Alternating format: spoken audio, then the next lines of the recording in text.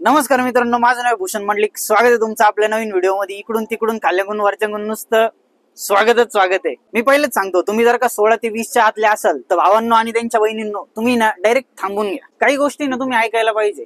मी खरंच सांगतो, मी माझ्या अंडरपॅन्टीच्या इलेस्टिकची शपथ घेऊन सांगतो, तुम्ही ना हे ऐकायलाच पाहिजे. अच्छा, हे आजकालचे छकुले पिल्ले पोरं जे जगताय त्यांना वाटतं का ते खूप काही करताय बाई.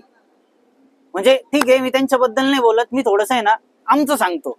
जसं आम्ही जेव्हा शाळेत जाणारे नाबालिक पोरं होतो तेव्हा आम्ही काय करत होतो आणि आमचे विचार काय होते. आम्हाला सगळ्यात महत्वाचा प्रश्न हा राहायचा, मम्मीने डब्बा तर दिलाय पण शाळेतला खिचडी भात कसा सोडायचा. आणि टेन्शन कमी नव्हतं, डायरेक्ट लसणाची चटणी विषय होता. रिकामा डब्बा तर घरी घेऊन जाऊ नाही शकत, मग काय करायचं. चालू तासाला मस्त वेगळी असा डब्बा मांडीवरती घ्यायचा.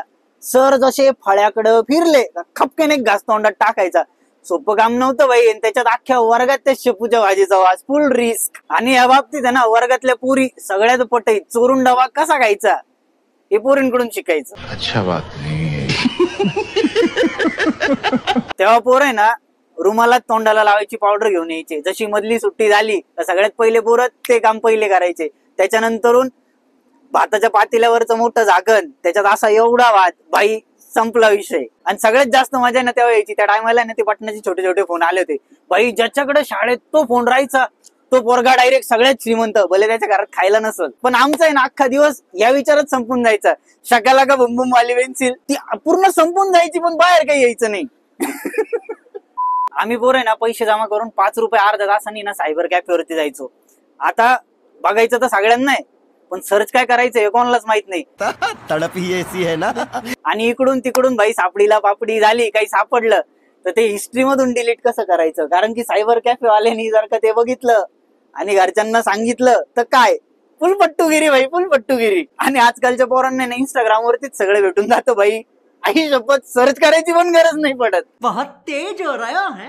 आणि चला लईच इकडून तिकडून काहीतरी जुगाड झाला तर ना ती डीव्हीडीची सीडी भेटायची, ती गोलवाली. पण सगळ्यात मोठा प्रश्न हा राहायचा, पाहायचं कोणाच्या घरी. आणि आजकालचे पोर लार्ज मोका विथ सोय मिल्क.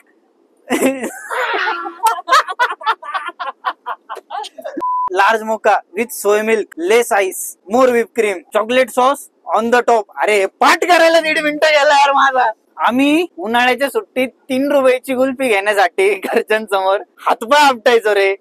आमचं अख्खं कॉलेज होऊन गेलं पण आम्हाला नेमकं पोरींशी बोलायचं कसं तेच नाही समजलं. पटवायचं तर लय लांबची गोष्ट होती. आम्हाला फक्त रिलेशनशिप एवढंच माहिती होतं. भाई आत्ताचे पोरं सिच्युएशनशिप मध्ये राहू राहिले. म्युच्युअल अंडरस्टँडिंगनी त्यांचे परत ब्रेकअप होता आणि ते पण 17 ते 18च्या वयात रे. किती कवळे रे तुम्ही, अजून किती कवळे. आणि आमच्या वेळेस जर का चुकून चालता बोलता एखाद्या पोरीला जर का चुकून धक्का लागला आणि ती पोरगी जर का न काही बोलता डायरेक्ट निघून गेली, वर्षभर पोरं त्या पोरीच्या नावाने चिडवायचे. जोपर्यंत ती पोरगी 4 चौघात येऊन तुझी तोंडावरती लायकी काढत नाही ना तोपर्यंत पोरं त्या पोरीच्या नावाने चिडवायचे रे. आणि जर का चुकून एखादी पोरगी आवडली आणि जर का वाटतंय आता मी तिच्याशिवाय राहूच नाही शकत, मला श्वास घ्यायलाच त्रास होतोय, तर मग काय करायचं. नाही काही तर तुला कमीत कमी 1 वर्ष त्या पोरीच्या पाठीमागे फिरायला लागायचं. आणि जर का तिने कदाचित चुकून जर का वळून पाहिलं तर बाई सगळ्या पोरांना कॅन्टीनला नेऊन चहा पाजायला लागायचं. कॉलेज सुटल्यावरती रोज त्या पोरीला ना तिच्या घरी सोडायला तिच्या पाठीमागे जावं लागायचं. आणि त्याच्यात ती आवडती मला आणि माझ्यासोबत अजून माझे 4 मित्र तिला घरी सोडायला. किती उलटे पालटे काम होते.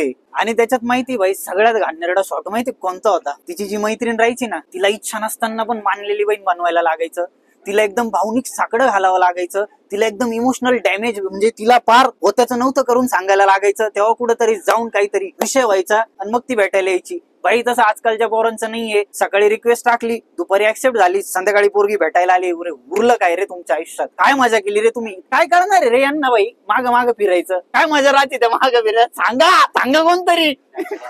आणि त्याच्यात पण ती महिन्यातून 4 दिवस आहे ना कॉलेजला दिसायचीच नाही. सगळ्यात मोठी ती जी धाकधूक राहायची ना, काय सांगू भाई मी तुम्हाला, एवढी घाण धाकधूक व्हायची. असं वाटायचं तिच्या घरच्यांना तर नाही समजलं भाई आम्ही तिच्या मागे जात असं. अरे तले नंतरून कळलं की ते महिन्यातले 4 दिवसच का बरं ती गायब राहायची.